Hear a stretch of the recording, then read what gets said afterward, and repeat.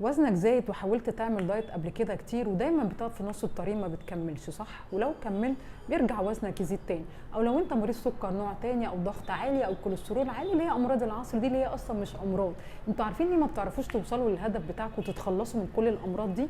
ان انتوا بتتابعوا بس مع اخصائيين تغذيه وظيفته يكتب لك اكل وشرب، وعشان كده ما بتعرفش تكمل لان هو ما عندوش الدراسه الكامله ازاي يساعدك في رحلتك دي. فانتوا مش بس محتاجين اخصائيين تغذيه، محتاجين هيلث كوتش كمان. ومع دراستي للهيلث كوتشنج فهمت قد ايه الموضوع ابعد بكتير من اكل وشرب. عشان كده هتخش رحله معايا هقيمك فيها اكوردنج 6 حاجات ونبدا نشتغل مع بعض. هيبقى معايا فريق كامل يساعدك انت لوصولك للهدف، وهيكون فيه متابعه يوميا كمان.